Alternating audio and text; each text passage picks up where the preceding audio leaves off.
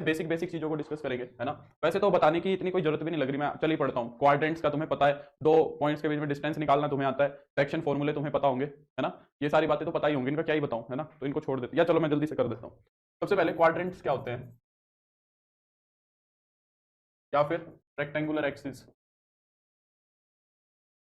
Rectangular axis क्या होती है ना। हमें पता है कि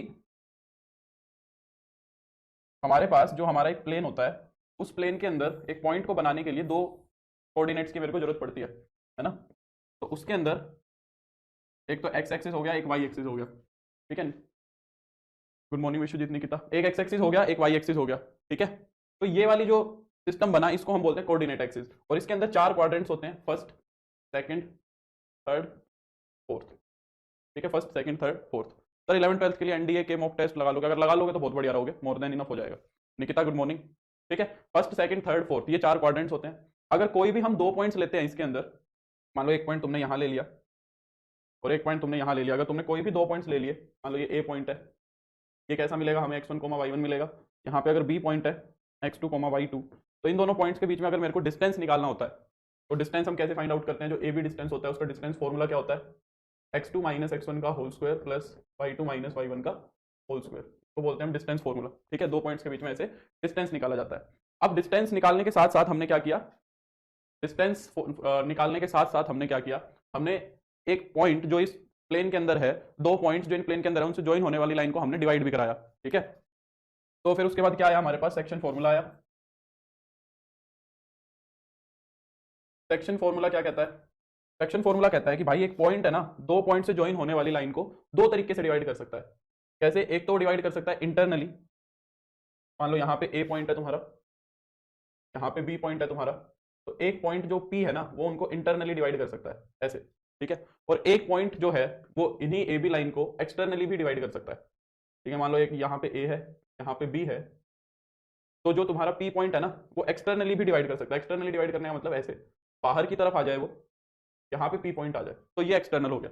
ये तो तुम्हारा इंटरनल रेशियो हो गया, ये तो इंटरनली हो गया, और ये क्या हो गया, एक्सटर्नली हो गया, है ना। अब कुछ ना कुछ रेशियो में ये डिवाइड करेगा तुम्हें, कुछ ना कुछ रेशियो में ये क्या करेगा, डिवाइड करेगा। निकिता ठीक, गुड मॉर्निंग, ठीक है। तो हम कह रहे हैं कि मान लो m इज टू एन का रेशियो यहाँ पे है, और यहाँ पे भी m इज टू एन का ही है, और यहाँ पे m इज टू एन का रेशियो कैसे लेता है, यहाँ पे वो m इज टू एन का रेशियो ये पूरी वाली चीज को तो बोलता है कि ये तो पूरी की पूरी m है तुम्हारी, ठीक है। और ये वाली तुम्हारी क्या है, ये वाली तुम्हारी n है, ये क्या है, ये डिस्टेंस तुम्हारा n है, ठीक है। तो ये तो इंटरनली डिवाइड करना हो गया, और ये एक्सटर्नली डिवाइड करना हो गया, ठीक है।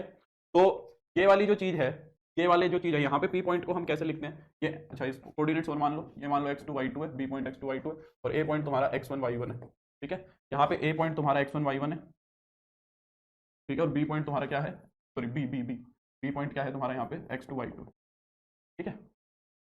तो जो m है ना, वो तुम्हारा इधर चले जाएगा और n तुम्हारा इधर आ जाएगा, m x2 plus n x1, पहले m को x वाले से गुना कराएंगे, n को भी x वाले से डिवाइड कराएंगे, और नीचे क्या हो जाएगा, सम ऑफ रेशियोज हो जाएगा। फिर m को हम y2 से गुना कराएंगे, प्लस n को हम y1 से गुना कराएंगे, अपॉन में क्या हो जाएगा, m प्लस n हो जाएगा। ये तो आ गया p पॉइंट तुम्हारा यहाँ पे। और फिर यहाँ पे हम p पॉइंट को याद करने के लिए क्या करते हैं, सिंपली हम कह देते हैं कि भाई अगर इंटरनली में प्लस लगाया तो एक्सटर्नली में माइनस कर दो। अरे भाई ये इमेजिन ही तो करा रहा हूँ, और क्या करा रहा हूँ तुम्हें। संजीव कह रहा है एक्सटर्नली का एग्जाम्पल करा दीजिए। एक्सटर्नल डिवाइड को इमेजिन कैसे करूँ, और कैसे करोगे, सामने बना रखा पूरा का पूरा फिगर, फिर भी नहीं समझ आ रहा। ऐसे ही तो डिवाइड कर रहा है, और कैसे डिवाइड कर रहा है, यही तो इमेजिनेशन है, यही पिक्चर है, और क्या बताऊँ। तो वो कहता है कि इंटरनली वाले में माइनस लगा दो, एन एक्स वन अपॉन में एम माइनस एन कर दो, यहाँ पे एम एक्स टू माइनस का N X one, sorry Y one, M Y two minus का एन वाई वन अपॉन में एम माइनस एन, ठीक है।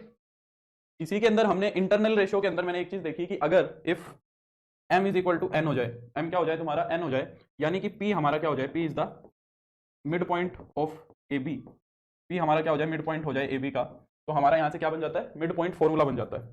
तो हमारा मिड पॉइंट फॉर्मूला आ जाएगा क्या, m और n को बराबर रखोगे, तो यहाँ से m और n दोनों कॉमन आके कट जाएंगे, तो p हमारा क्या बन जाएगा, simply x1 plus x two by two,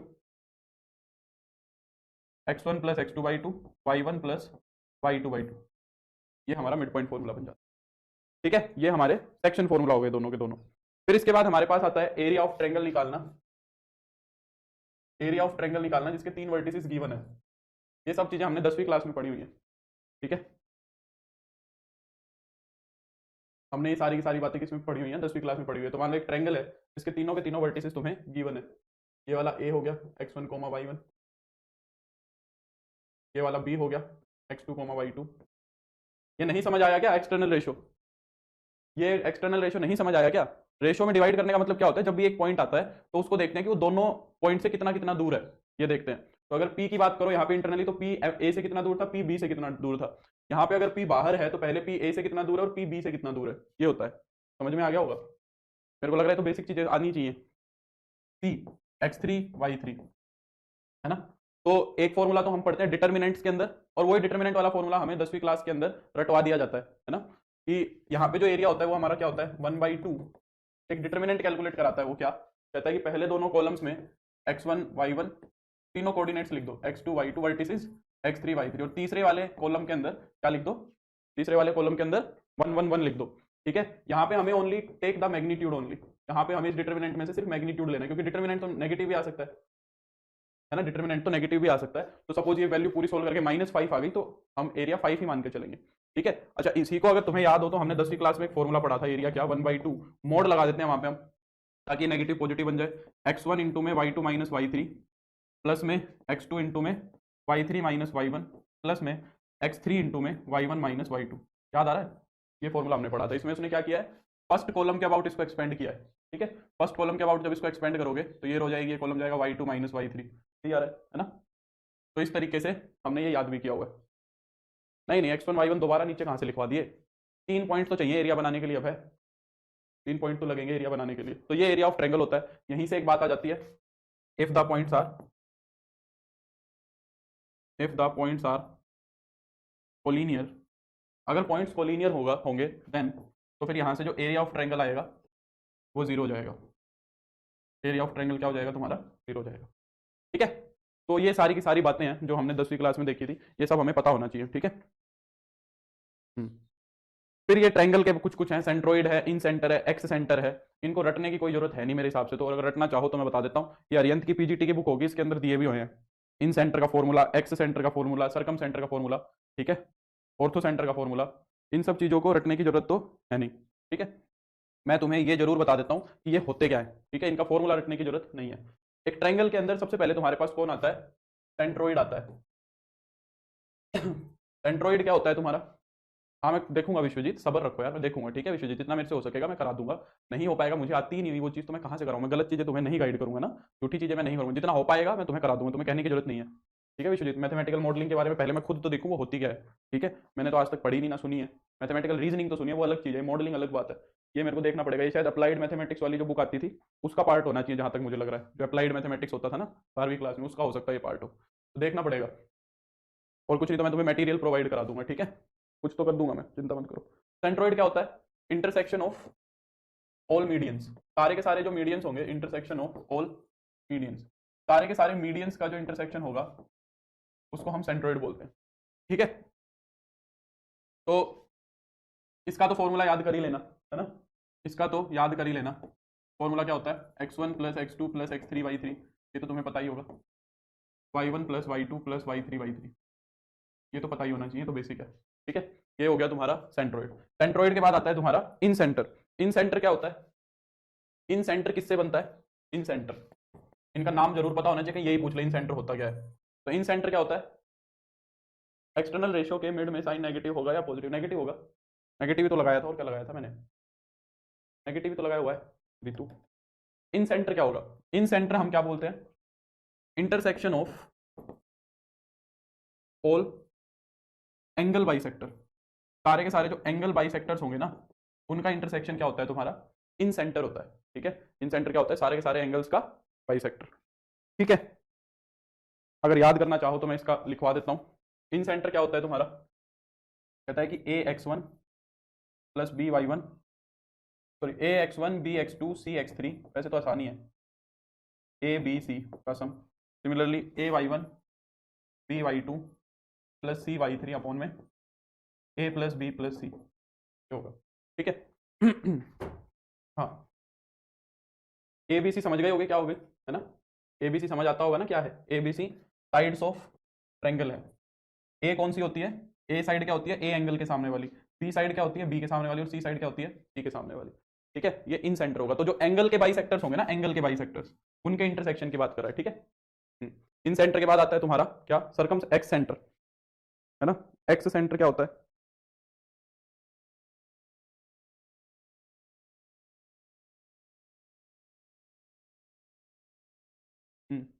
x centres देखो क्या होता है। एक्स सेंटर 3 होते हैं ट्रायंगल के, है ना। यार अब इसका फिगर बनाना भी एक सरदर्द है, पता है।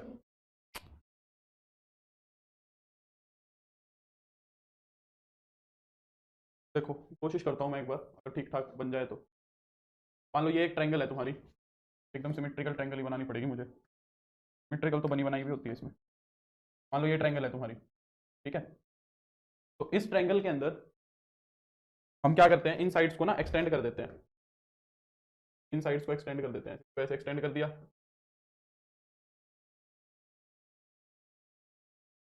ठीक है। इसको ऐसे एक्सटेंड कर दिया दोनों तरफ, इसको ऐसे एक्सटेंड कर दिया,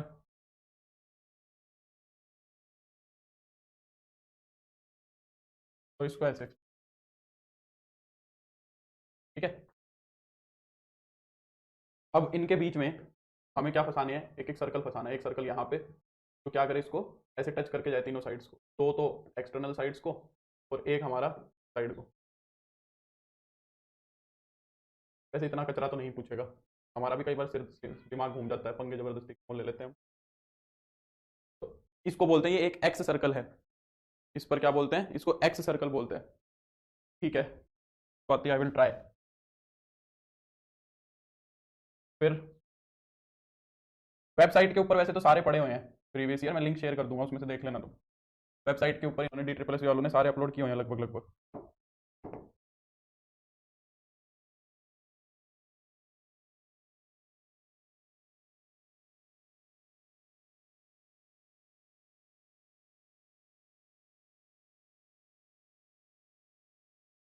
एक ये, ठीक है, और एक,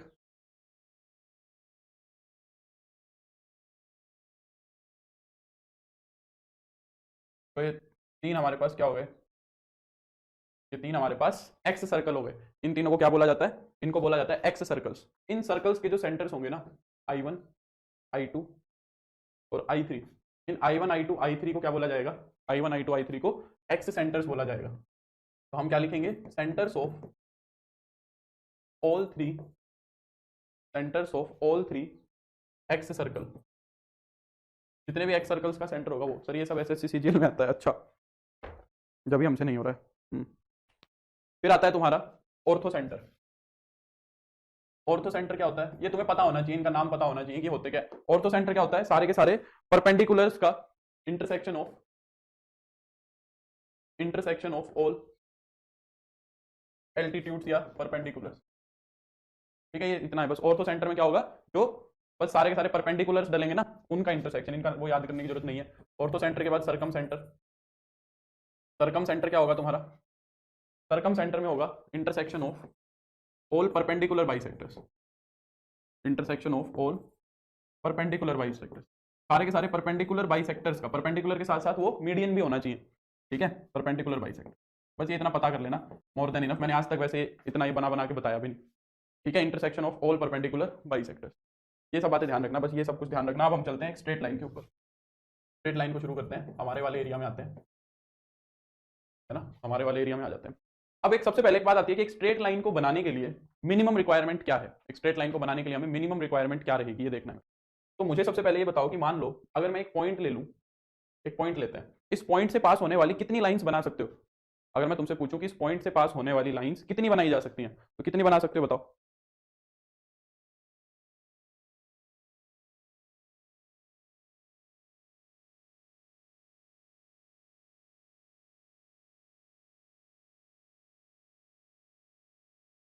इस पॉइंट से पास होने वाली कितनी स्ट्रेट लाइंस बनाई जा सकती हैं।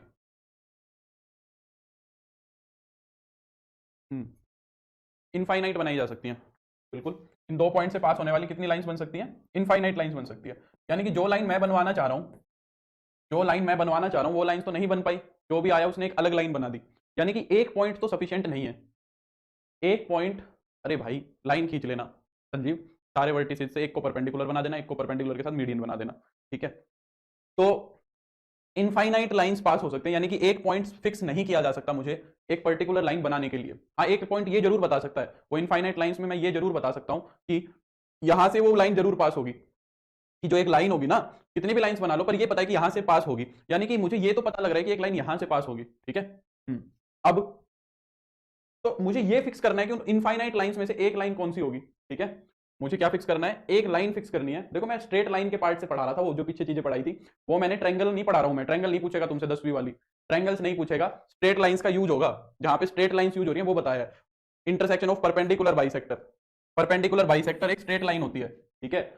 एल्टीट्यूड एक स्ट्रेट लाइन होती है, समझ रहे हो, एंगल बाइसेक्टर एक स्ट्रेट लाइन होगी। ये जो कंसेप्ट्स बता रहे हैं मैं ट्रायंगल का नहीं बता रहा हूं, मैं स्ट्रेट लाइन के हिसाब से बता रहा हूं कि जो यूज हो सके। ट्रायंगल नहीं पढ़ानी मेरे को कि इसके अंदर वो उसके अंदर ये, वो नहीं पढ़ा रहा हूं मैं स्ट्रेट लाइंस बता रहा हूं, वो तुमसे पूछेगा भी नहीं 9वीं 10वीं का। ये चीज स्ट्रेट लाइन में जो यूज हो सकती है वो बताइए तुम्हें पीछे, ये कोई मैं 10वीं का रिविजन नहीं करा रहा हूं, ये स्ट्रेट लाइंस के बेसिक कंसेप्ट्स बताएं जो आगे यूज हो सकते हैं किसी सवाल में।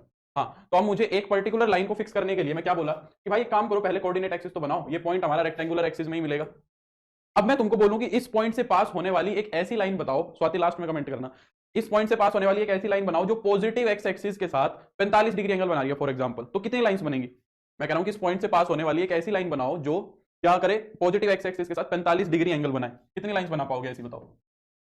क्या सिर्फ एक लाइन नहीं बनेगी ऐसी, अगर मैं कोशिश करूंगा बनाने की, तो पॉजिटिव एक्स एक्सिस के साथ क्या करेगी 45 डिग्री एंगल बनाएगी, तो सिर्फ एक लाइन बनेगी 45 डिग्री पे। अगर थोड़ा भी तुम इधर उधर करने की कोशिश करोगे तो लाइन चेंज हो जाएगी, है ना, लाइन क्या हो जाएगी, चेंज हो जाएगी कि नहीं हो जाएगी बताओ, है ना। तो सिर्फ एक ही लाइन बनाई जा सकती है 45 डिग्री पे। अब मेरे को फिक्स हो गया कि ये जो लाइन है ये सिर्फ एक बनेगी, पॉजिटिव एक्स एक्सिस के साथ मैंने उसका एंगल फिक्स कर दिया कितना, 45 डिग्री। पॉजिटिव एक्स एक्सिस के साथ मैंने उसका क्या एंगल फिक्स कर दिया, 45 डिग्री फिक्स कर दिया, ठीक है। अब यहाँ पे हमारा क्या है, ये पॉइंट सपोज x1, y1 है। तो एक तो मेरे को पता लग गया कि पॉइंट की जरूरत है, एक तो मुझे क्या पता लग गया, एक लाइन को बनाने के लिए एक पॉइंट की जरूरत है। और ये जो थीटा वाला कंसेप्ट था ना, ये वाला जो कंसेप्ट था, इसको हम डायरेक्टली एंगल की टर्म्स में नहीं पढ़ते हैं, इसको हम मतलब लाइन कहां से जा रही है और कहां को जा रही है, दो बातें हैं। कहां से जा रही है तो x1 y1 से जा रही है, कहां को जा रही है तो 45 डिग्री के हिसाब से देखो कहां जा रही है, ठीक है। ये दो बातें, तो ये कहां को जा रही है जो वाली बात है, ये हम डायरेक्टली एंगल से डिस्कस नहीं करते हैं, हम इसका टेंजेंट ले लेते हैं। हम क्या कहते हैं कि इस एंगल का टेंजेंट ले लो, टेंजेंट 45, तो ये आ गया 1। ये जो टेंजेंट 45 लेने से चीज आई, ये जो टेंजेंट 45 लेने से जो चीज आई, इसको हमने नाम दिया स्लोप का। बात हम करना चाह रहे हैं पॉजिटिव एक्स एक्सिस के एंगल की ही, पॉजिटिव एक्स एक्सिस के साथ जो एंगल बनेगा उसी की बात करना चाह रहे हैं, उसको नाम दे दिया स्लोप का, ठीक है। वो तुम्हें ये नहीं कहेगा कि लाइन ने 60 डिग्री एंगल बनाया है, वो तुम्हें कहेगा कि लाइन का स्लोप जो है ना वो √3 है, वो तुमको ये बोलेगा लाइन का स्लोप जो है वो क्या है, √3 है। तो इसका मतलब टेन थीटा √3 है तुम्हारा, तो थीटा फिर अपने आप कितना हो जाएगा तुम्हारा, 60 डिग्री हो जाएगा। अब बात आती है कि टेंजेंट ही क्यों आया, टेंजेंट ही क्यों आया, यानी कि मेरे को पता लग गया कि एक तो पॉइंट चाहिए और एक क्या चाहिए, स्लोप चाहिए। और ये एनसीईआरटी एग्जाम्पलर के अंदर एक एमसीक्यू भी है, एनसीईआरटी एग्जाम्पलर उठाओगे 11वीं क्लास का, तो उसके अंदर तुम्हें एक सवाल मिलेगा, how many minimum parameters are required to specify a line. कम से कम कितने पैरामीटर्स की जरूरत है एक लाइन को स्पेसिफाई करने के लिए, तो हमें दो पैरामीटर्स की जरूरत पड़ती है, एक तो पासिंग पॉइंट की और एक स्लोप की, है ना। अगर दो पॉइंट्स बोलोगे ना तो फिर पैरामीटर एक ही होगा, ये बात ध्यान रखना, क्योंकि पॉइंट तो पॉइंट ही है, तो 2 ले लो 10 ले लो 20 ले लो एक ही काउंट होगा, है ना। तो हमें दो पैरामीटर्स की जरूरत पड़ती है, एक तो पॉइंट की और एक स्लोप की, ये बात ध्यान रखनी, ये भी एक क्वेश्चन है। हाँ, तो अब बात आई कि टेंजेंट क्यों लेते हैं भाई, साइन क्यों नहीं लेते, कोस क्यों नहीं लेते, सीकेंट क्यों नहीं लेते, कोसिकेंट क्यों नहीं लेते, तो उसका एक छोटा सा रीजन है, यहीं पे सामने ही दिख रहा है। जब अगर मैं इसको देखूं, कंसीडर करूं, तो यहाँ पे जो ये राइट एंगल ट्रायंगल बनती है, इस राइट एंगल ट्रायंगल के अंदर मुझे क्या पता लग रहा है, देखो ये वाला जो पूरा का पूरी हाइट है ये तो y1 है तुम्हारी, ये वाली पूरी की पूरी हाइट क्या है, y1 है, ठीक है। और यहां से यहां तक की जो ये लेंथ है ये x1 है, ये पूरी की पूरी लेंथ क्या है, x1 है उस पॉइंट के अकॉर्डिंग। पर कुल मिला के कुछ भी हो, हम थोड़ा सा बेस को तो डिस्कस कर ही सकते हैं यहाँ पे, भाई ये वाला डिस्टेंस किसी तरह फाइंड आउट कर लेंगे, देख लेंगे लाइन जो है हमारी एक्स एक्सिस को कहाँ पे कट कर रही है, तो ये पॉइंट आ जाएगा, तो ये निकल जाएगा। तो मुझे पता क्या लग रहा है, एक तो परपेंडिकुलर पता लग रहा है और एक बेस पता लग रहा है, और परपेंडिकुलर और बेस से सिर्फ मैं टेंजेंट ही कैलकुलेट कर सकता था, इसलिए मैंने टेन थीटा ही कैलकुलेट किया। वो वेरीफाई होना चाहिए ना यहाँ से x1 y1 की वैल्यू से वही थीटा निकलना चाहिए, कोई और थीटा नहीं निकलना चाहिए, समझ आ रही है बात। तो इसलिए हमने क्या किया, ये यूज किया। तो एक तो पॉइंट और एक स्लोप। अब स्लोप के बारे में थोड़ी सी बातें कर लेते हैं, कुछ स्पेशल सी बातें हैं वो कर लेते हैं, ठीक है। सबसे पहले आता है कि if a line is if a line is parallel to X axis, अगर एक line parallel to X axis है तो उसका स्लोप कितना होगा बताओ। अगर एक लाइन एक्स एक्सिस के पैरेलल है तो उसका स्लोप कितना होगा। मान लो ये तुम्हारा कोऑर्डिनेट सिस्टम है, ठीक है, एक लाइन बनानी है एक्स एक्सिस के पैरेलल, तो वो ऐसे जाएगी।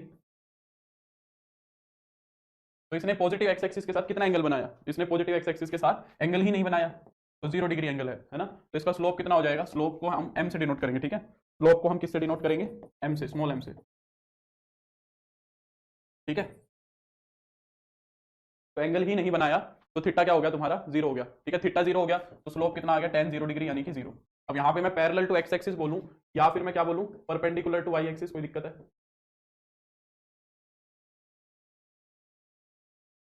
पैरेलल टू एक्स एक्सिस या फिर परपेंडिकुलर टू वाई एक्सिस। दूसरा, if a line is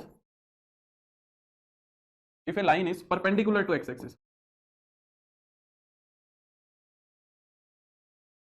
if a line is perpendicular to X axis, अगर एक लाइन हमारी एक्स एक्सिस के परपेंडिकुलर है तो फिर उसका स्लोप कितना बनेगा?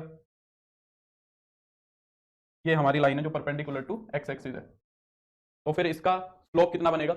इसका जो स्लोप होगा वो हो जाएगा tan 90 डिग्री।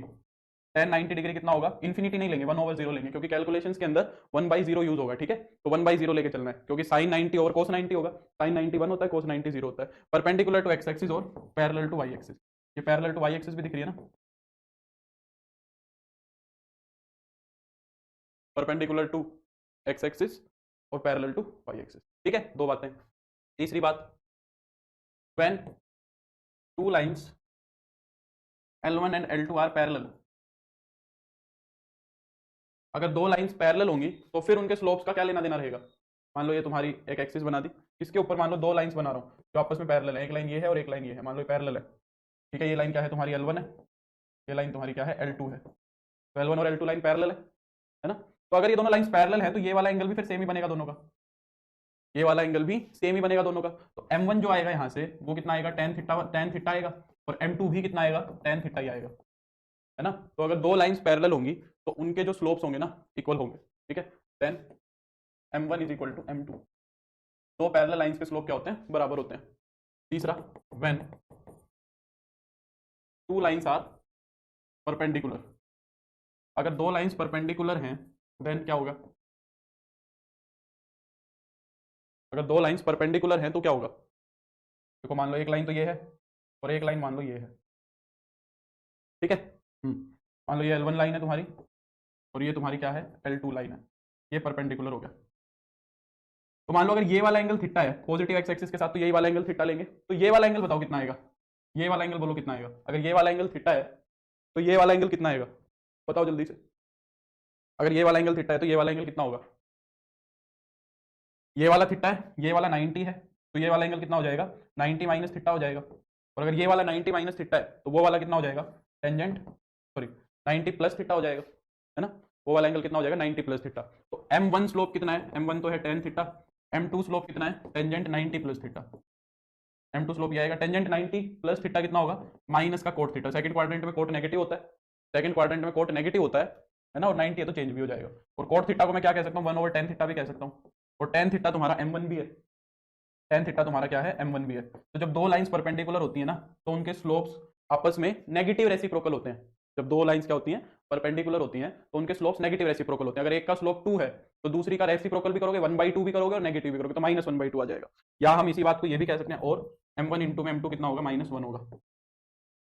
बाकी नेगेटिव रेसिप्रोकल वर्ड ध्यान रखेंगे। ठीक है, नेगेटिव भी कर देना और रेसिप्रोकल भी कर देना। ये हो गई हमारी अगली बात। चलो एक क्वेश्चन बताओ, एक रद्दी सा क्वेश्चन बताओ। Find the slope of A line, find the slope of line L1 which is perpendicular to L2 which passes through 3, 5 and -1, -4। बताओ जल्दी से, फिर आगे बढ़ेंगे।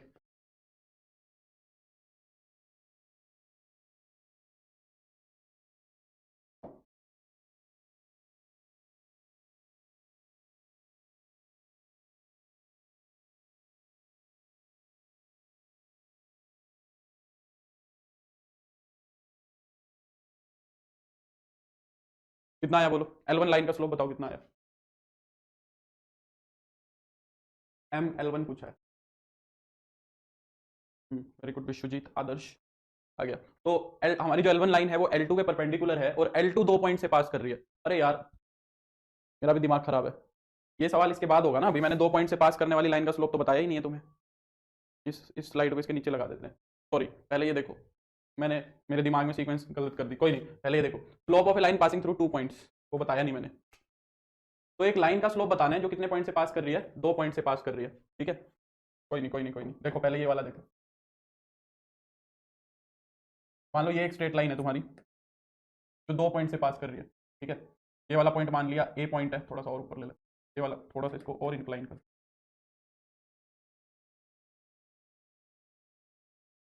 मान लो ये लाइन है, ये इसका क्या है, ए पॉइंट है x1 कोमा y1, और ये इसका बी पॉइंट है x2 कोमा y2। इस लाइन का स्लोप निकालना है मेरे को, ठीक है। तो इस लाइन का स्लोप निकालने के लिए मैं क्या करूंगा, यहाँ से एक परपेंडिकुलर मैंने ये ड्रॉ किया, यहाँ से एक परपेंडिकुलर मैंने ये ड्रॉ किया, ठीक है। और इसको मैं यहाँ पे ऐसे ज्वाइन कर ले रहा हूँ, ठीक है। ये है तुम्हारा ओ सी डी और ये ई,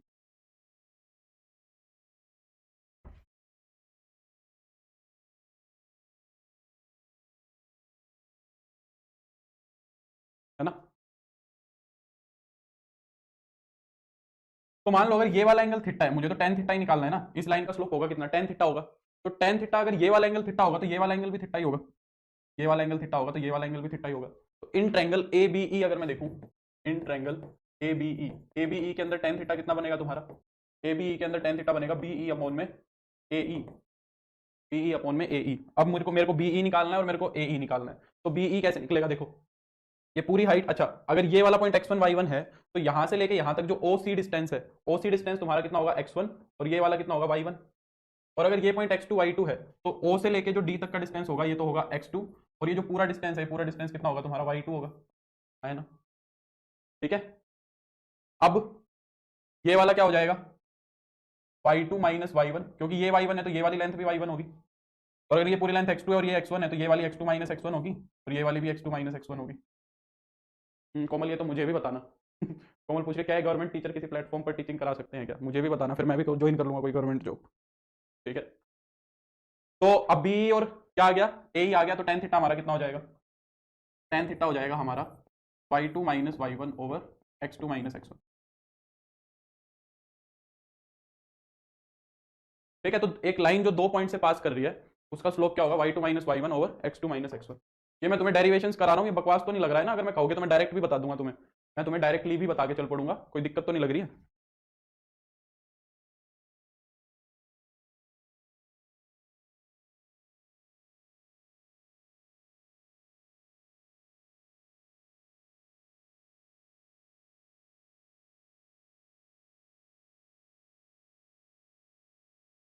तो ये वाली लाइन है, without extra salary other than government job कर सकते हैं, ठीक है हिमांशु, ठीक है कोमल। तो हम यहाँ पे L2 का स्लोप तो फाइंड आउट कर ही सकते हैं ना, L2 लाइन का स्लोप, L2 लाइन का स्लोप निकाल सकते हैं ना, तो y2 minus y1, y2 minus y1 upon में x2 माइनस x1, x2 कितना होगा माइनस का 1, और x1 कितना होगा 3 होगा, ठीक है संजीव। आंचल मैं शुरू क्लास के शुरू में भी यही बता चुका, कल भी कल के लेक्चर में भी मैंने यही बताया था। आंचल कह रही है सर आपसे एक रिक्वेस्ट थी, जो क्लासेस ओनली फॉर टीजीटी हैं उनसे पीजीटी का टैग रिमूव करा दीजिए, ऐसी कोई क्लास नहीं है आंचल, दोनों कोई सिलेबस है ही नहीं यार, है ना, हम ऐसे कुछ भी नहीं कर सकते, ठीक है। हम ऐसे कोई स्पेसिफाई कर ही नहीं सकते हैं, ठीक है। उसी के अंदर थोड़ा मोड़ा कंटेंट हो सकता है कि पीजीटी में पूछ ले, उसी के अंदर थोड़ा सा कंटेंट टीजीटी में पूछ ले, तो ऐसा नहीं कर सकते ना कि एक क्लास की भाई पहली 15 मिनट तो टीजीटी के लिए, आगे की 15 मिनट पीजीटी के लिए, फिर आगे की 15 मिनट टीजीटी के लिए, तो ये पॉसिबल नहीं हो पाएगा, ठीक है। तुम्हें पढ़ना सारा ही है। अब मैं कल प्रीवियस ईयर क्वेश्चन करा रहा था जब सीक्वेंस सीरीज के, तो उसमें सारा उसमें से आया था, कोई मैंने हाई फाई थोड़ी ना कराया था, तो वो सेम ही चीज है, तुम पीजीटी का पेपर उठा के देखोगे वो भी ऐसा ही लगेगा तुम्हें टीजीटी जैसा, हो सकता है उसके अंदर थोड़ा मोड़ा एक आधा थोड़ा अच्छे लेवल का क्वेश्चन डाल दे, थोड़ा ट्रिक कर दे, पर सिलेबस से भी मिलेगा। बल्कि पीजीटी के अंदर कुछ एक्स्ट्रा और टॉपिक्स मिल सकते हैं तुम्हें, जो हो सकता है मैंने यहाँ पे डिस्कस ना करूँ, एक आधा टॉपिक तुम्हें हो सकता है ऐसा मिल जाए जो ये है, हाँ। तो ये वाला कितना हो जाएगा माइनस का 9, और ये वाला कितना हो जाएगा माइनस का 4, तो L2 लाइन का स्लोप हो जाएगा 9/4। अब L1 लाइन जो है ना, L1 लाइन जो है ना वो L2 के परपेंडिकुलर है, तो L1 लाइन का जो स्लोप होगा उसका नेगेटिव रेसिप्रोकल होगा, उसका क्या करना है, उसका क्या करना है, नेगेटिव रेसिप्रोकल करना है, ठीक है। तो उसका रेसिप्रोकल भी कर दो और उसका नेगेटिव भी कर दो, तो माइनस का 4/9 आ जाएगा, ठीक है। बिल्कुल। अब you can not hold any other office of profit, ठीक है टीना, ये बात समझ आ गई। तो यहां तक ये सारा का सारा स्लोप का जो काम था वो निपट गया, ठीक है। अब हमारे को क्या लिखनी होती है, एक स्ट्रेट लाइन की इक्वेशन लिखनी होती है, हमें क्या लिखनी होती है, एक स्ट्रेट लाइन की इक्वेशन लिखनी होती है, इक्वेशंस ऑफ लाइन, या मैं बोलूं various equations of line, various equations of line in standard form, various equations of line in standard form. एक लाइन की इक्वेशंस जो स्टैंडर्ड फॉर्म में होगी, ये सारी की सारी देखनी है हमें। एक लाइन को हम कितने तरीके से लिख सकते हैं, ठीक है। अच्छा, यहीं पे एक चीज और जोड़ लो, इसी के अंदर एक पॉइंट और ऐड कर लेते हैं, एंगल बिटवीन टू लाइंस का, ठीक है। यहीं पे ही कर लेते हैं ये चीज, एंगल बिटवीन टू लाइंस निकालने के लिए। दो लाइंस के बीच में एंगल कैसे निकाला जाता है? तो अगर दो लाइंस इंटरसेक्टिंग हैं, अगर दो लाइंस क्या है तुम्हारी इंटरसेक्टिंग है, तो इनके बीच का एंगल निकालना है। इनके बीच का क्या निकालना है? एंगल निकालना है। L1 और L2 के बीच के एंगल वैसे तो 4 है, कितने हैं? 4 है, ठीक है। एंगल कितने? 4 है। अगर ये वाला एंगल थीटा है तो ये वाला भी थीटा होगा, ये वाला क्या होगा? 180 माइनस थीटा होगा, और ये वाला भी कितना होगा? 180 माइनस थीटा। तो हम ये एक एक्यूट एंगल ही फाइंड आउट करते हैं। हम क्या करते हैं? ये एक एक्यूट एंगल ही फाइंड आउट करते हैं, तो बाकी के तो सारे अपने आप आ जाते हैं। तो कहता है कि अगर L1 लाइन का जो स्लोप है वो m1 है, L1 लाइन का स्लोप m1 है, L2 लाइन का स्लोप क्या है? m2 है, तो जो हमारा टेन थीटा होगा, जो हमारा टेन थीटा होगा वो कितना होगा? टेन थीटा से निकालते हैं modulus of m1 minus m2 upon में 1 प्लस m1 m2, ये हमारा टेन थीटा हो जाएगा। ये हमारा क्या हो जाएगा? टेन थीटा हो जाएगा। समझ गए? मॉडुलस किस लिए लगाया है? ताकि फर्स्ट क्वाड्रेंट का एक एक्यूट एंगल निकले, ठीक है। यहां से भी तुम एक चीज देख सकते हो, अगर m1 और m2 बराबर हो गए, अगर m1 और m2 क्या हो गए? इक्वल हो गए, तो टेन थीटा कितना बन जाएगा? टेन थीटा जीरो बन जाएगा। टेन थीटा जीरो होने का मतलब थीटा क्या आ जाएगा? जीरो आ जाएगा। थीटा क्या आ जाएगा? जीरो। थीटा जीरो होने का मतलब क्या है? कि लाइंस आर पैरेलल, हमारी लाइंस क्या है? पैरेलल है। दूसरा, if m1 into m2, if m1 into m2, ये जो m1 और m2 है ये कितना है? -1 है। अगर m1 m2 -1 है तो ये डिनोमिनेटर में जीरो बन जाएगा पूरा का पूरा। टेन थीटा क्या आएगा तुम्हारा? डिनोमिनेटर में जीरो आ जाएगा, m1 minus m2 upon denominator में जीरो। यानी कि यहाँ से थीटा कितना बन गया तुम्हारा? थीटा 90 डिग्री बन गया। तो मैं ये भी कह सकता हूँ कि लाइंस आर परपेंडिकुलर। तो हमने जो वहाँ पे बात की थी वो सही की थी, इसके साथ मैच कर रही है, दोनों बातें मैच हो रही हैं, ठीक है। तो various forms of line in standard form देखनी है। सबसे पहले तो हम देखेंगे कि एक लाइन की जनरल फॉर्म क्या होती है, इस दुनिया की हर लाइन कैसे लिखी जा सकती है। General form of A line, general form of A line, एक लाइन की जनरल फॉर्म। तो कहता है कि इस दुनिया की हर लाइन कैसी भी हो वो इस फॉर्म में लिखी जाएगी। अल्टीमेटली जो हमारी लाइन होगी उसकी जो स्टैंडर्ड फॉर्म, जो उसकी जनरल फॉर्म होगी वो ऐसी होगी, कैसी भी कोई भी लाइन लिखो वो इस फॉर्म में लिखी जानी चाहिए। अगर वो इस फॉर्म में लिखी जा रही है तो हम बोलेंगे कि वो हमारी स्ट्रेट लाइन है, एक्स की डिग्री 1 होनी चाहिए, वाई की डिग्री 1 होनी चाहिए। तो ये हमारी जनरल फॉर्म ऑफ लाइन होती है, इस दुनिया की हर लाइन ऐसे ही लिखी जाती है। दूसरा, फिर आती है पैरेलल टू एक्स एक्सिस। एक लाइन अगर पैरेलल टू एक्स एक्सिस है तो उसकी इक्वेशन कैसे लिखोगे? एक लाइन अगर पैरेलल टू एक्स एक्सिस है तो उसकी इक्वेशन कैसे लिखोगे? नितेश कह रहा है कि टॉपिक बोरिंग लग रहा है मुझे, यूजीपीजी वाले में मजा आ रहा था। हाँ, उसमें अच्छा तो लगता ही है यार, नई नई चीजें होती हैं, पर अब क्या करें, करना तो पड़ेगा। हाँ, तो इस लाइन के अंदर क्या है देखो, हर पॉइंट के लिए, हर पॉइंट के लिए जो वाई कोऑर्डिनेट है वो सेम रहेगा। हर पॉइंट के लिए वाई कोऑर्डिनेट सेम रहेगा, एक्स कोऑर्डिनेट चेंज होगा इसका। वाई कोऑर्डिनेट कहीं पे भी देख लो, वाई कोऑर्डिनेट हमेशा सेम रहेगा। सपोज यहाँ पे ये पॉइंट क्या है? 0, a है, तो सारे के सारे पॉइंट्स के ऊपर वाई कोऑर्डिनेट a रहेगा। तो पैरेलल टू एक्स एक्सिस जो भी लाइन होती है ना उसकी इक्वेशन लिखी जाती है y is equal to A. क्या लिखी जाती है? y is equal to A. Clear हो गई बात? जितनी भी स्ट्रेट लाइन होगी पैरेलल टू एक्स एक्सिस उनकी इक्वेशन ऐसी आएगी, और ये इसी फॉर्म के अंदर है, ए को इधर ले आओ, ठीक है। तो y is equal to A क्या होती है? हमारी पैरेलल टू एक्स एक्सिस जो लाइंस होती है उनकी इक्वेशन होती है। फिर दूसरा, तीसरा, parallel to Y axis, parallel to Y axis, parallel to Y axis जो लाइंस होंगी उनकी इक्वेशन कैसे लिखी जाएगी?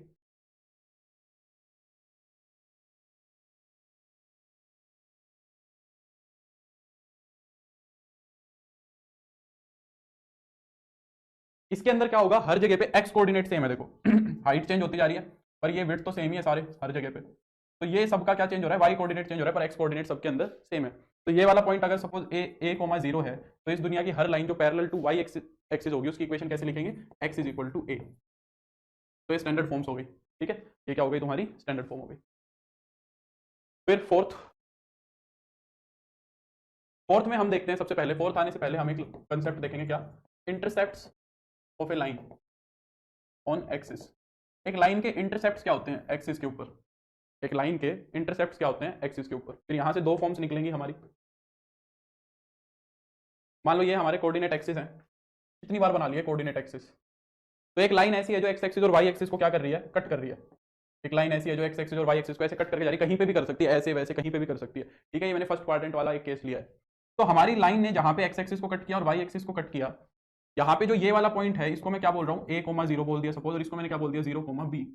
अब ध्यान से सुनना, वो कहता है कि हमारी वाली लाइन ने ओरिजिन से लेके एक्स एक्सिस का जितना पार्ट कवर किया ओ ए, इसको तो मैं बोलूंगा ये एक्स इंटरसेप्ट है, और ओ से लेके ओरिजिन से लेके वाई एक्सिस का जितना पार्ट उसने कट किया उसको हम बोलेंगे वो क्या है, वाई इंटरसेप्ट है। तो ओ ए तुम्हारा क्या है, एक्स इंटरसेप्ट है, ठीक है, और ओ बी तुम्हारा क्या है, वाई इंटरसेप्ट है,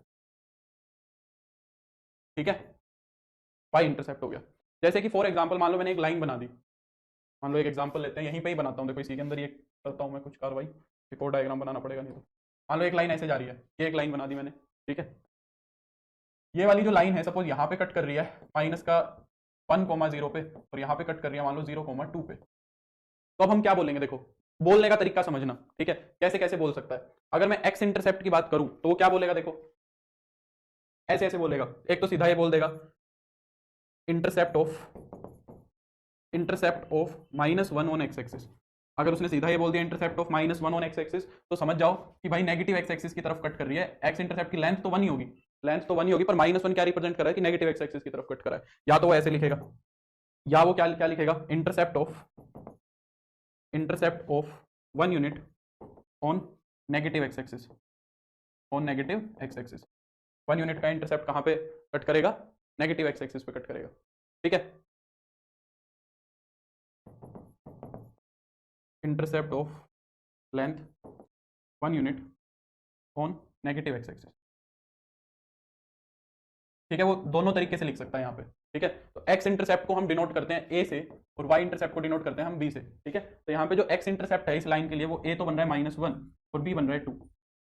ये दोनों बातें ध्यान रखनी है, वो इस तरीके से इंटरसेप्ट की बात बोल सकता है तुम्हें, ठीक है। अब इन इंटरसेप्ट, अच्छा अब मेरे को एक बात बताओ, एक क्वेश्चन करता हूं, find the intercept of line on Y axis which is parallel to y axis। बताओ क्या होगा, हाँ बिल्कुल लेंथ है बेसिकली। बताओ y एक्सिस के ऊपर हमारी लाइन का इंटरसेप्ट कितना होगा, जो y एक्सिस के पैरेलल भी है, जो क्या है y एक्सिस के पैरेलल भी है, बोलो।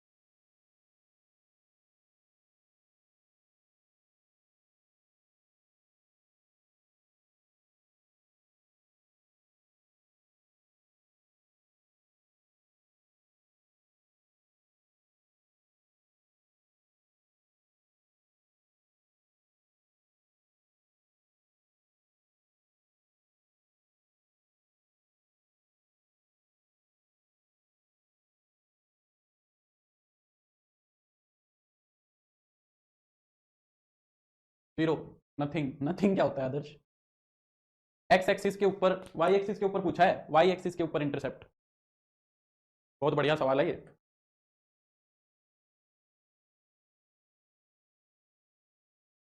y is equal to A M, A हो जाएगा, नहीं भाई फंस गए ना, देखो फंस गए सारे। नितेश बता भाई, नितेश को बोरिंग लग रहा था।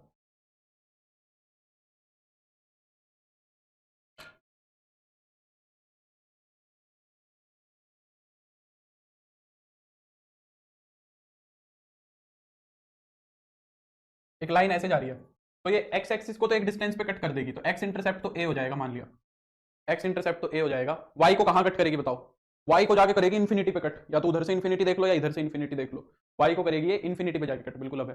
तो वाई इंटरसेप्ट इस लाइन का कितना होगा, वाई इंटरसेप्ट इस लाइन का इनफाइनाइट होगा। अभी आगे तुम्हें ये चीज वेरीफाई भी कराऊंगा मैं, अभी आगे ये चीज हम वेरीफाई भी करेंगे, हाँ बिल्कुल इनफाइनाइट ही कहेंगे, ठीक है, इनफाइनाइट ही कहेंगे इसको, ठीक है। तो इनफाइनाइट इंटरसेप्ट बना रही है। अब इंटरसेप्ट के बेसिस पे हम हमारी लाइन की दो इक्वेशंस क्या करते हैं, डिफाइन करते हैं। कहां तक आ गए थे, थर्ड तक आ गए थे। अब आती है फोर्थ। फोर्थ क्या होती है तुम्हारी, स्लोप इंटरसेप्ट फॉर्म, लाइन की स्लोप इंटरसेप्ट फॉर्म। एक ऐसी लाइन जिसका स्लोप और इंटरसेप्ट पता हो, स्लोप तो स्लोप है, इंटरसेप्ट से उसका मतलब वाई इंटरसेप्ट से है, इंटरसेप्ट से उसका मतलब किससे है, वाई इंटरसेप्ट से है। स्लोप का मतलब तो स्लोप हो गया ना टीना, अभी देखो ना, तुम थोड़ा सा सब्र करो, तुम्हें मैं वेरीफाई करा दूंगा बात, अभी रुक जाओ। ठीक है, तो ये क्या हो गया तुम्हारा वाई इंटरसेप्ट। अगर हमें एक लाइन का स्लोप पता है और वाई इंटरसेप्ट पता है, तो हम उसकी डायरेक्टली इक्वेशन लिख सकते हैं। क्या उसकी डायरेक्ट इक्वेशन क्या होगी? Y is equal to M X plus C होगी। Y is equal to M X plus C होगी। ठीक है, यहाँ पे एम एक्स तो क्या है? एम एक्स तो क्या है तुम्हारा? एम तो स्लोप हो गया और सी क्या है? तुम्हारी इक्वेशन है। जैसे कि मान लो किसी ने कह दिया कि एक लाइन है जिसका स्लोप तो मान लो -1 है और वाई के ऊपर वो इंटरसेप्ट -2 बना रहा है ना। तो अगर ये दोनों चीजें दे दी, वाई के ऊपर इंटरसेप्ट, सी की जगह क्या लिख रहा हूं मैं? वाई इंटरसेप्ट तुम्हें डायरेक्टली दे दिया। वाई इंटरसेप्ट अगर मेरे को डायरेक्टली दे दिया, तो मैं लाइन की इक्वेशन क्या लिख सकता हूँ? Y is equal to minus M X, मतलब -1x और माइनस का 2, यानी कि इन दोनों को इधर ले आएंगे तो x plus Y plus 2 is equal to 0। ये हमारी लाइन की इक्वेशन बन सकती है। ठीक है, क्वेश्चन हम करेंगे, पहले एक बार सारी फॉर्म्स देख लेते हैं। अब इसके बाद आती है हमारी proper intercept form of line. क्या आती है? Intercept form of A line. Intercept form of A line, एक लाइन की इंटरसेप्ट फॉर्म क्या होती है देखनी है। इंटरसेप्ट फॉर्म क्या होती है लाइन की?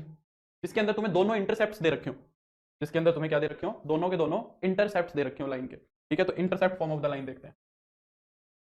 तो मान लो एक लाइन जो है जिसके दोनों इंटरसेप्ट तुम्हें पता है, यानी कि एक्स इंटरसेप्ट भी पता है और वाई इंटरसेप्ट भी पता है। मान लो ये पॉइंट ए है, ए कोमा 0, और ये पॉइंट बी है 0 कोमा बी। ये तो ए हो गया और ये बी हो गया। तो कहता है जो हमारी लाइन है उसकी इक्वेशन कितनी बनेगी? एक second.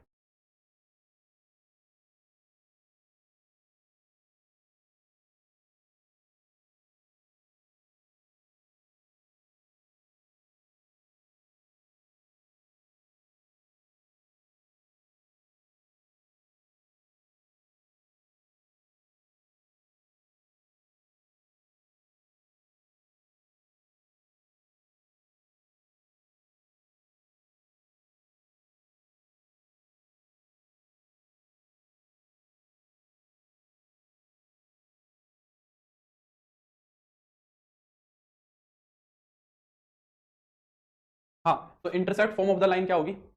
X by A plus Y by B is equal to 1। वो टीना कोई स्टैंडर्ड फॉर्म नहीं होती है, वो कोई मतलब ऐसे स्टैंडर्ड फॉर्म नहीं होती है, अगर वैसे बन रही है तो शायद बन जाएगी। X by A plus Y by B is equal to 1। ठीक है, ये हमारी क्या है? ये हमारी स्लोप, सॉरी इंटरसेप्ट फॉर्म है। अगर हमें एक लाइन के इंटरसेप्ट प्रोवाइडेड हैं, तो हम हमारी लाइन का क्या कर सकते हैं? इंटरसेप्ट फॉर्म से इक्वेशन बना सकते हैं। जैसे मान लो एक लाइन है जिसका एक्स इंटरसेप्ट दिया हुआ है तुम्हें -2, एक्स इंटरसेप्ट मान लो -2 दिया हुआ है, और वाई इंटरसेप्ट सपोज हमें दिया हुआ है 4, ये दिया हुआ है ना। तो उसकी इक्वेशन हम डायरेक्टली लिख सकते हैं X by A Y by B is equal to 1। 4 से मल्टीप्लाई करा दो, 4 से मल्टीप्लाई कराओगे तो कितना हो जाएगा? -2x प्लस का y इज इक्वल टू 4। ठीक है, ये हो गया।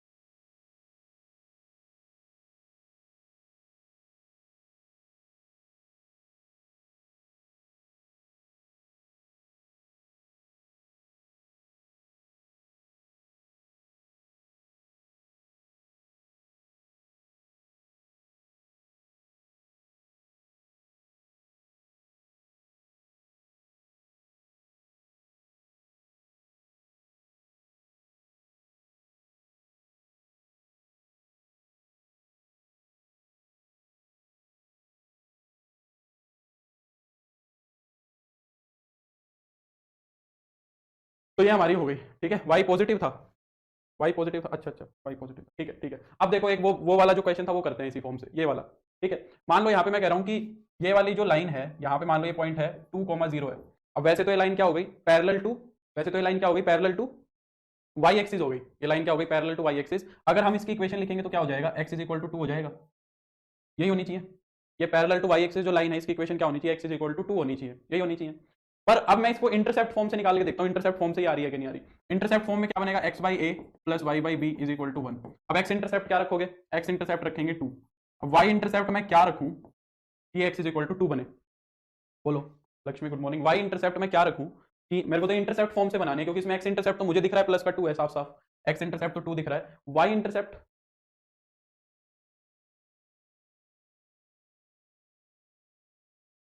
वाई इंटरसेप्ट इनफाइनाइट लेंगे, वाई इंटरसेप्ट इनफाइनाइट लेंगे तब ये जाके जीरो हो जाएगा। फिर वाई इंटरसेप्ट को इनफाइनाइट लेते ये टर्म क्या हो जाएगी, जीरो हो जाएगी, यानी कि x/2 + 0 = 1 आ जाएगा, तो x = 2 आएगी यहाँ से, है ना। तो सारी चीजें मैच होनी चाहिए। Lakshmi good morning. ये हो गई हमारी इंटरसेप्ट फॉर्म, ठीक है, समझ आई बात। तो इंटरसेप्ट फॉर्म के बाद हमारी आती है अब पॉइंट स्लोप फॉर्म। अच्छा, इंटरसेप्ट फॉर्म के अंदर ही एक और आती है हमारी, इंटरसेप्ट फॉर्म के बाद ही हमारी क्या आती है, नॉर्मल फॉर्म भी आती है। Normal form of A line, एक लाइन की नॉर्मल फॉर्म क्या होती है, देखो, normal form of A line, एक लाइन की नॉर्मल फॉर्म।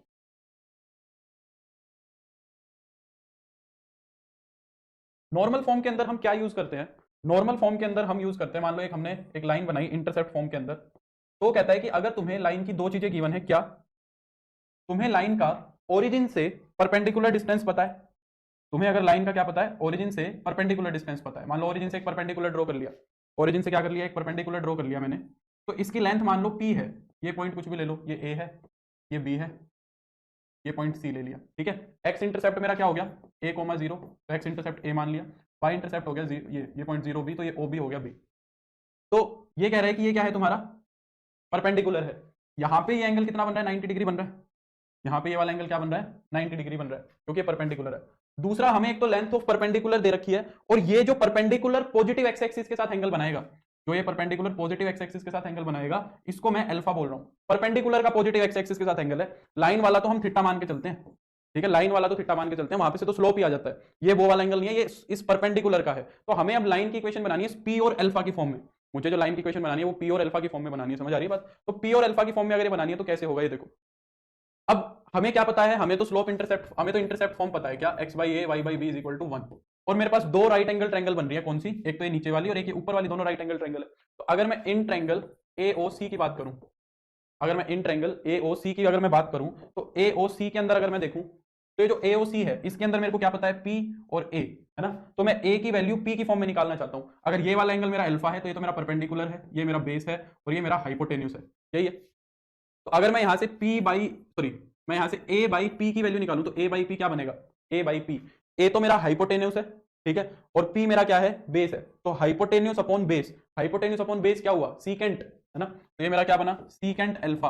ये बात समझ में आई, यानी कि यहां से A की वैल्यू निकल गई क्या, P सीकेंट अल्फा, A की वैल्यू निकल गई P सीकेंट अल्फा। सिमिलरली ऊपर वाली ट्रायंगल में चलो, सिमिलरली कहां चलो, ऊपर वाली ट्रायंगल में, ऊपर वाली ट्रायंगल के अंदर ये वाला एंगल अल्फा है, ये 90 माइनस अल्फा होगा, तो ये वाला एंगल यहां पे अल्फा होगा, भाई अगर ये अल्फा है तो 90 माइनस अल्फा, ये 90 तो वो अल्फा हो जाएगा।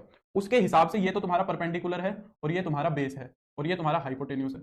यहाँ पे मेरे को क्या निकालना है, इन ट्रायंगल ऊपर वाली ट्रायंगल क्या है, BOC, BOC ट्रायंगल के अंदर अगर मैं P/B कैलकुलेट करूं तो क्या बनेगा, देखो, P क्या है तुम्हारा, P तो परपेंडिकुलर है, और B क्या है, B, सॉरी B/P निकालो ना, वहां पे A/P निकाला था, तो B/P निकाल लो, क्योंकि मेरे को B की वैल्यू चाहिए, तो B/P करो, तो B क्या है तुम्हारा हाइपोटेन्यूस, और P क्या है तुम्हारा परपेंडिकुलर, हाइपोटेन्यूस अपॉन परपेंडिकुलर, ये क्या बना, कोसिकेंट, साइन का उल्टा हो गया, तो ये हो गया मेरा कोसिकेंट अल्फा, ये मेरा क्या हो गया, कोसिकेंट अल्फा हो गया। तो यहां से जो हमारी B की वैल्यू है वो क्या हो जाएगी, P कोसिकेंट अल्फा, ये क्या हो जाएंगी, P कोसिकेंट अल्फा हो जाएंगी, समझ आई बात। ये हमारी क्या हो जाएगी, P कोसिकेंट अल्फा। अब हमारे पास स्लोप इंटरसेप्ट फॉर्म है, उसके अंदर उठा के रख दो, तो ये हो जाएगी हमारी x/P secant alpha plus y/P cosecant alpha = में 1।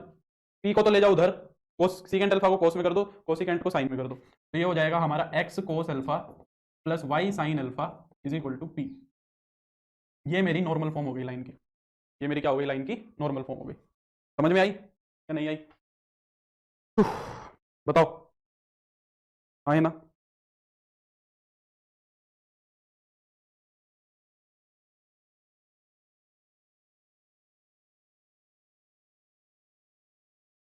क्लियर, ये नॉर्मल फॉर्म हो गई।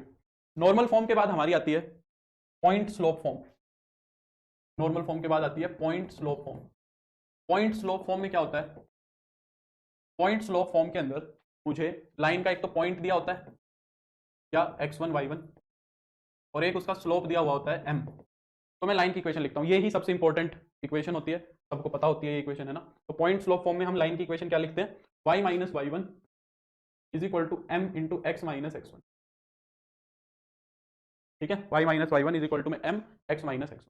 और फिर लास्ट एक बनती है हमारी क्या, 2 पॉइंट फॉर्म,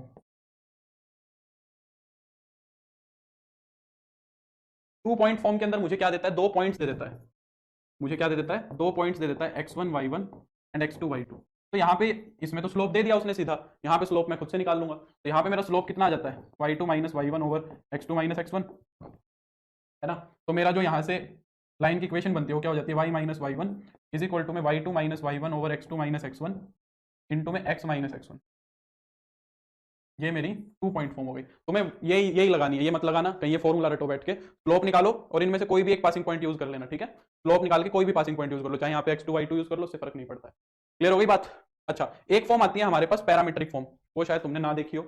एक होती है पैरामीट्रिक फॉर्म ऑफ लाइन, इसका यूज क्या होता है ये देखते हैं। पैरामीट्रिक फॉर्म ऑफ लाइन,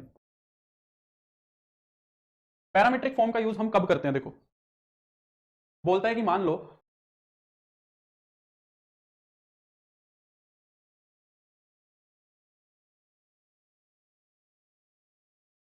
एक लाइन है, ठीक है, और उसका एक पासिंग पॉइंट दिया हुआ है तुम्हें। लाइन का पासिंग पॉइंट क्या है, मान लो x1 y1 है, और एक क्या है हमारे पास, उसका एंगल है थीटा, एक उसका एंगल क्या है, थीटा है।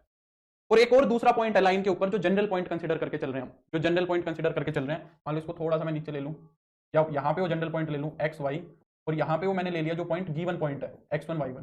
क्योंकि एक लाइन की दो चीजें दी हुई है मेरे को, इसके अंदर ये मान के चलना है क्या, एक तो थीटा वो पॉजिटिव एक्स एक्सिस के साथ कितना एंगल बना रही है, और एक x1 y1। तो देखो ये तो सीधी सी बात है कि लाइन की इक्वेशन तो हम स्लोप पॉइंट फॉर्म से बना लेंगे भाई, पासिंग पॉइंट भी है और एंगल भी दिया हुआ है, तो स्लोप भी निकल जाएगा, और जरूरत किस चीज की है ना, तो इक्वेशन तो बन जाएगी। पर इस इक्वेशन का यूज क्या है, इस इक्वेशन का यूज ये है, वो कहता है कि इस एक्स वाई पॉइंट से मान लो ये वाला पॉइंट r डिस्टेंस की दूरी पे है, ठीक है, इस एक्स वाई पॉइंट से जो ये वाला डिस्टेंस है कितनी दूरी पे है, r डिस्टेंस की दूरी पे है।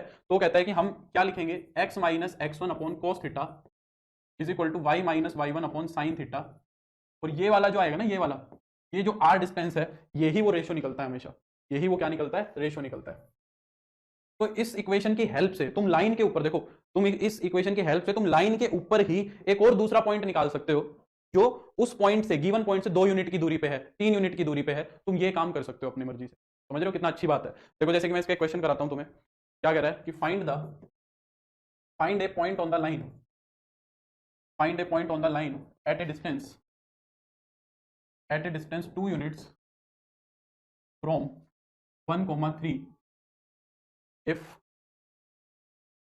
its slope is 4/3। बताओ, करो एक बार इक्वेशन ट्राई करो, वो पॉइंट बताओ कौन सा होगा। एक बार ट्राई करो।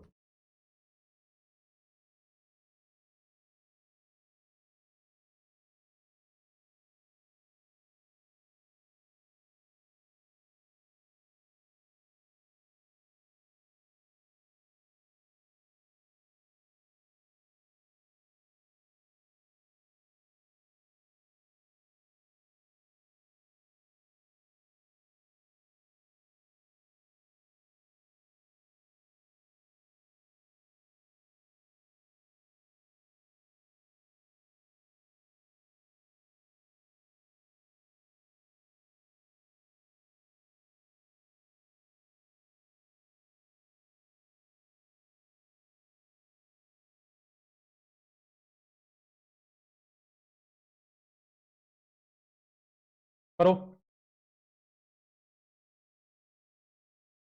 बस, फिर अब स्ट्रेट लाइन लगभग लगभग हो ही गई। एज सच कुछ ज़्यादा नहीं बचा है, 2-4 बातें बची हैं बस। Concurrency, distance of a point बचा है, और कुछ नहीं बचा है बस। कहोगे तो नेक्स्ट क्लास में मैं इसकी प्रैक्टिस करा दूंगा तुम्हें, लाइन को खत्म कर देंगे पूरा पूरा।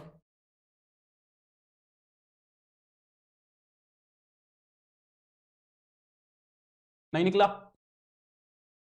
थोड़ा अच्छा सवाल है ये, थोड़ा अच्छा सवाल है। देखो हमें क्या कह रहा है कि x1 y1 तो 1,3 दिया है, टेन थीटा तुम्हें कितना दिया हुआ है, टेन थीटा 4/3 दिया हुआ है, यानी कि परपेंडिकुलर 4 है, बेस कितना है 3 है। मुझे तो साइन थीटा कोस थीटा चाहिए, तो हाइपोटेन्यूस मेरा 5 आएगा, तो कोस थीटा हो जाएगा बेस अपॉन हाइपोटेन्यूस यानी कि 3/5, और साइन थीटा मेरा कितना हो जाएगा 4/5। साइन थीटा और कोस थीटा आ गए। अब इक्वेशन लिखो, x माइनस x1 1 है, और कोस थीटा कितना है 3/5, y माइनस y1 कितना है 3 है, अपॉन में 4/5, और इज इक्वल टू r। अब जितने डिस्टेंस पे निकालना है ना वो देखना है, कितने डिस्टेंस पे निकालना है, 2 यूनिट्स पे, तो यहाँ पे 2 यूनिट्स रख दो, ठीक है। और यहाँ से अब x और y की वैल्यू निकल जाएंगी, तो x माइनस 1 की वैल्यू इस 3/5 को यहाँ पे मल्टीप्लाई कराओगे तो 6/5 हो जाएगा, तो यहाँ से x की वैल्यू आ जाएगी तुम्हारी 11/5। सिमिलरली y माइनस 3, जब ये 4/5 इधर मल्टीप्लाई होगा तो 8/5 हो जाएगा, तो y यहाँ से कितना हो जाएगा 15 + 8 हो जाएगा 23/5। वेरी गुड मोनिका, मोनिका ने कर दिया, अभय ने भी कर दिया, वेरी गुड। आदर्श का थोड़ा सा गड़बड़ हो गया। ये हो गई बात, समझ में आ गई बात। और एक और इंटरेस्टिंग बात बताता हूं, अगर हमें उस पॉइंट के लेफ्ट में निकालना है, अगर ऐसा भी मेंशन कर दे कि पॉइंट से लेफ्ट में 2 यूनिट दूर निकालो, राइट में निकालो, तो फॉर लेफ्ट, अगर लेफ्ट में निकालना है तुम्हें तो टेक आर नेगेटिव, अगर लेफ्ट में निकालना है तो आर को नेगेटिव ले लो, और अगर राइट में निकालना है फॉर राइट, अगर राइट में हमें पॉइंट निकालना है टेक आर पॉजिटिव। ठीक है, अगर वो यहीं पे कह देता कि लेफ्ट में पॉइंट निकालो, लेफ्ट साइड पे निकालो, तो फिर मैं आर की वैल्यू को -2 ले लेता, आर की वैल्यू को क्या ले लेता मैं, -2 ले लेता। समझ आई बात, ये अच्छी थी। अच्छा, अब इसके बाद आता है, थोड़ा सा और कर लो, या हो गई कैपेसिटी फुल, बताओ। अगर कैपेसिटी फुल हो गई तो अगली क्लास में कर लेंगे, नहीं तो थोड़ा सा बचता है बस, इंटरसेक्शन ऑफ लाइंस बचता है।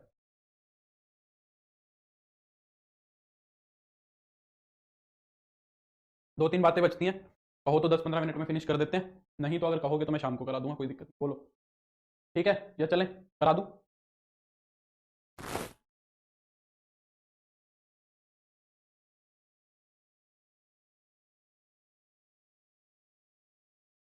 करवा देते हैं, चलो। ठीक है, तो देखो अब आता है नेक्स्ट हमारे पास इंटरसेक्शन ऑफ लाइन, ज्यादा नहीं है, बस 10-12 मिनट में हो जाए। दो चार बातें बतानी है।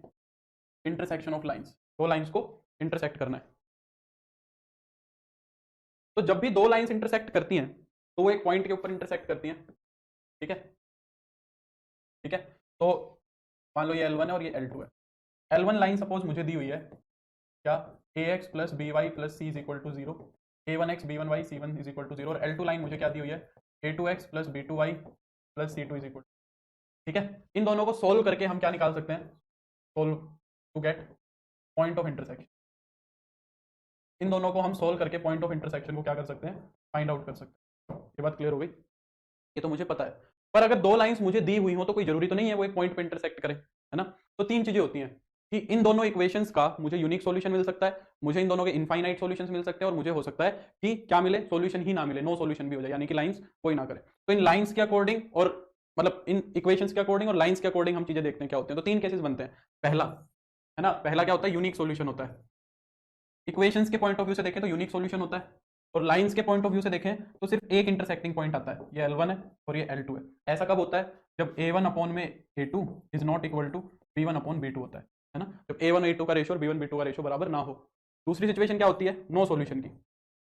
नो सॉल्यूशन कब आएंगे, जब लाइंस कट ही ना करें, दोनों की दोनों लाइंस एक दूसरे के साथ क्या चली जाए, पैरेलल ही चली जाए, कट ही नहीं करेंगी, तो सॉल्यूशन निकलेगा ही नहीं। ऐसा कब होगा, जब A1 अपॉन में A2 is equal to B1 upon में B2 हो जाएगा, but not equal to C1 upon C2 हो जाएगा। ठीक है, but not equal to C1 upon C2 हो जाएगा। इनके अंदर जो होगा, स्ट्रेट लाइंस जब पैरेलल होंगी तो ये वाला जो पार्ट होगा ना, ये एक दूसरे का स्केलर मल्टीपल मिलेगा तुम्हें। और तीसरा, इनफाइनाइट सॉल्यूशंस। इनफाइनाइट सॉल्यूशंस का मतलब क्या है, इनफाइनाइट सॉल्यूशंस के लिए जो दोनों की दोनों लाइंस होगी ना, वो एक दूसरे के ऊपर कोइंसाइड ही कर जाएंगी, इन दोनों के ऊपर इनफाइनाइट पॉइंट्स कॉमन मिलेंगे तुम्हें, L1 और L2 एक दूसरे के ऊपर ही आ जाएंगी। ठीक है, तो इस केस में क्या होगा, दोनों लाइंस फिर सेम ही है, इसका मतलब लाइन ही सेम हो गई, तो लाइन सेम हो गई तो यानी कि A1 upon A2 is equal to B1 upon B2 is equal to C1 upon C2। ये हम 10वीं क्लास में चीजें देख के आते हैं, इनका स्ट्रेट लाइन से रिलेशन क्या है वो हमने देख लिया। ठीक है, इनको स्ट्रेट लाइन से कैसे रिलेट करते हैं, तो ये एक पार्ट था हमारा। अब आता है हमारे पास कौन सी, कनकरेंट लाइंस। कनकरेंट लाइंस क्या होती हैं, ठीक है, तो बेसिकली हम तीन लाइंस का डिस्कशन करते हैं, थ्री लाइंस आर कनकरेंट। तीन लाइंस कनकरेंट होंगी if they intersect, if they intersect at A given point. तीन लाइंस को हम कंकरेंट बोलेंगे अगर वो एक ही पॉइंट पे क्या कर जाए, इंटरसेक्ट कर जाए। मान लो एक लाइन ये है तुम्हारी, एक लाइन ये है, तो इन दोनों का जो इंटरसेक्टिंग पॉइंट है वो ही तीसरी वाली लाइन को भी सेटिस्फाई कर जाए, तो ऐसी लाइंस को हम क्या बोलते हैं, कंकरेंट लाइंस हो गई। ऐसी लाइंस को हम क्या बोलते हैं, कंकरेंट लाइंस हो गई, है ना। तो अब मुझे वो तीन लाइंस कंकरेंट चेक करनी होती हैं, कंडीशन फॉर कंकरेंसी। कंकरेंसी की कंडीशन क्या होती है, तो मान लो तीन लाइंस है, A1x B1y C1 is equal to zero, A2x B2y plus C2 is equal to zero, A3x B3y plus C3 is equal to zero. ये कंकरेंसी, ये तीनों लाइंस कंकरेंट कब होंगी, देखो एक तो है सीधा तरीका, थोड़ा सा लेंदी प्रोसेस, लेंदी तो क्या कह लो, बराबर सही है। क्या करो, कोई भी दो लाइन को सोल्व कर लो, solve any two lines and put the point in third line. तीसरे लाइन के अंदर वो पॉइंट पुट कर दो, इफ सेटिस्फाइड, अगर सेटिस्फाई हो गया then concurrent. If satisfied then concurrent, अगर सेटिस्फाई हो गया तो लाइंस क्या हो जाएंगी तुम्हारी, कंकरेंट हो जाएंगी। एक तरीका तो ये है, कोई भी दो को सोल्व करो, है ना, कोई भी दो को सोल्व कर लो भाई, कोई भी दो को सोल्व कर ले, ये पॉइंट आ गया। अब अगर ये पॉइंट तीसरी लाइन को सेटिस्फाई कर गया तो कंकरेंट हो जाएंगी। या फिर एक डिटर्मिनेंट निकाल लो, क्या a1 b1 c1 a2 b2 c2 और a3 b3 c3। अगर ये डिटर्मिनेंट जीरो आ रहा है तो लाइंस कंकरेंट है। ये इंपॉर्टेंट है, ठीक है, ये काफी इंपॉर्टेंट चीज है, ध्यान रखना, क्वेश्चन पूछ सकता है यहाँ से, ठीक है। तो अगर ये डिटर्मिनेंट जीरो आ जाता है तो हमारे पॉइंट्स क्या हो जाते हैं, कंकरेंट हो जाते हैं। तो ये एक पार्ट अब हमारा यहाँ पे पूरा हो गया कंकरेंसी वाला, है ना। एक छोटा सा पॉइंट और बचता है अब, डिस्टेंस ऑफ ए पॉइंट, एक पॉइंट का और एक लाइन से लेना देना, distance of a point from A line, एक पॉइंट का एक लाइन से डिस्टेंस निकालना बचता है, ठीक है। तो क्या कहता है कि मान लो एक पॉइंट है यहाँ पे तुम्हारा P x1 y1 और एक ये स्ट्रेट लाइन है मान लो तुम्हारी ax प्लस का by प्लस का c इज इक्वल टू 0। तो ये जो परपेंडिकुलर डिस्टेंस है ना, मैं ये निकालने का इच्छुक हूँ, ये डिस्टेंस निकालने के लिए मैं इंटरेस्टेड हूँ। तो उसका फॉर्मूला क्या होता है, कहता है कि इस पॉइंट को उठाओ और इस लाइन में रख दो, पॉइंट को उठा के लाइन में रख दो, ax1 by1 प्लस का c। अब ये नेगेटिव भी आ सकती है तो इस वैल्यू को पॉजिटिव बनाओ और अपॉन में क्या करो, x के कोफिशिएंट के स्क्वायर से और y के कोफिशिएंट के स्क्वायर से डिवाइड करा दो। ये एक पॉइंट का एक लाइन से डिस्टेंस हो जाएगा, आसान सी बात है। दूसरी बात, distance of two parallel lines, अगर दो पैरेलल लाइंस है तो उनके बीच का डिस्टेंस कैसे निकालोगे, डिस्टेंस ऑफ टू पैरेलल, मान लो एक लाइन ये है और दूसरी लाइन ये है, इन दोनों के बीच का डिस्टेंस निकालना है। तो एक है मान लो ax plus by plus c1 is equal to 0। अब अगर लाइंस पैरेलल हैं तो फिर ये वाला पार्ट सेम मिलेगा ना, ax प्लस by वाला, बस कांस्टेंट अलग मिलेगा। तुम्हें क्या मिलेगा, बस कांस्टेंट अलग मिलेगा। और अगर पैरेलल दिख रही है तो उनका सेम बना लेना, ठीक है, अगर पैरेलल दिख रही है तो उनका डिस्टेंस सेम बना लेना। तो ये डिस्टेंस निकालना है, तो ये डिस्टेंस कैसे निकलेगा, c1 में से c2 को घटा दो, इसका मॉडुलस ले लो और रूट में क्या ले लो, a square plus b square. ये क्या हो गया, दो पैरेलल लाइंस के बीच का डिस्टेंस हो गया, ठीक है। एक लास्ट छोटा सा कंसेप्ट बचता है और फिर ये खत्म हो गया, positions of a point, positions of two points, position of two points with respect to a given line. दो पॉइंट्स की पोजीशन लाइन के रिस्पेक्ट में क्या हो सकती है। मान लो दो पॉइंट्स है, एक लाइन है, सबसे पहले तो लाइन को एज्यूम करो ax plus by plus c is equal to 0, ये लाइन है और दो पॉइंट है हमारे क्या, x1 y1 और x2 y2, इनकी पोजीशंस चेक करनी है मेरे को, ठीक है। तो तीन पोजीशंस हो सकती है, पहली पोजीशन को, पहली तो क्या, वो लाइन के ऊपर ही मिल जाए दोनों के दोनों। यहाँ पे एक चीज s कंसीडर करना, कंसीडर s चेक करने के लिए, कंसीडर s क्या, बस ये लाइन का इधर वाला part ax plus by plus c, ये कंसीडर कर लो, ठीक है। तो पहला तो वो क्या कहता है कि लाइन के ऊपर ही लाई कर जाए, lies on the line, on the line, line के ऊपर ही लाई करेंगे। तो s of x1 y1, s के अंदर जब x1 y1 और s के अंदर जब x2 y2 रखोगे तो 0 बन जाएगा, लाइन को सेटिस्फाई कर जाएगा अगर दोनों लाइन के ऊपर ही हुए तो, ठीक है, ठीक है। टू के बाद पॉइंट, हाँ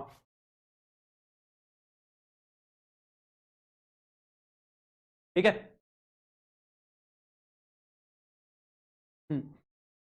दूसरा क्या हो सकता है, lies on the same side, दोनों पॉइंट्स लाइन के सेम साइड लाई कर सकते हैं, दोनों एक ही तरफ हो लाइन के, या तो दोनों इस तरफ या दोनों उस तरफ। तो उसमें जो x1 y1 और x2 y2 को पुट करोगे ना तुम s के अंदर, तो उनका सेम साइन मिलेगा, have same sign, have same sign, ठीक है। और दूसरा क्या हो सकता है, opposite, lies on the opposite side, lies on opposite side, दोनों के दोनों ऑपोजिट साइड पे लाई करेंगे। तो उस केस में क्या मिलेगा तुम्हें, s of x1 y1 and s of x2 y2 have different science, उनके साइंस क्या मिलेंगे, डिफरेंट मिलेंगे, बस। तो ये हमारा एक स्ट्रेट लाइंस वाला पार्ट पूरा हो गया है। तो आज के लिए बस इतना ही करते हैं, है ना। अब मिलेंगे हम शाम को मैं इसकी प्रैक्टिस करा के इसको खत्म करा दूंगा, ठीक है, ठीक है। तो इतना ही करते हैं बस, अब मिलेंगे हम इवनिंग में, तब तक के लिए bye, take care, good night, good afternoon good night कह रहा हूँ, गुड नाइट की आदत हो गई ना। तो चलो ठीक है, शाम को मिलते हैं, ठीक है, बाय।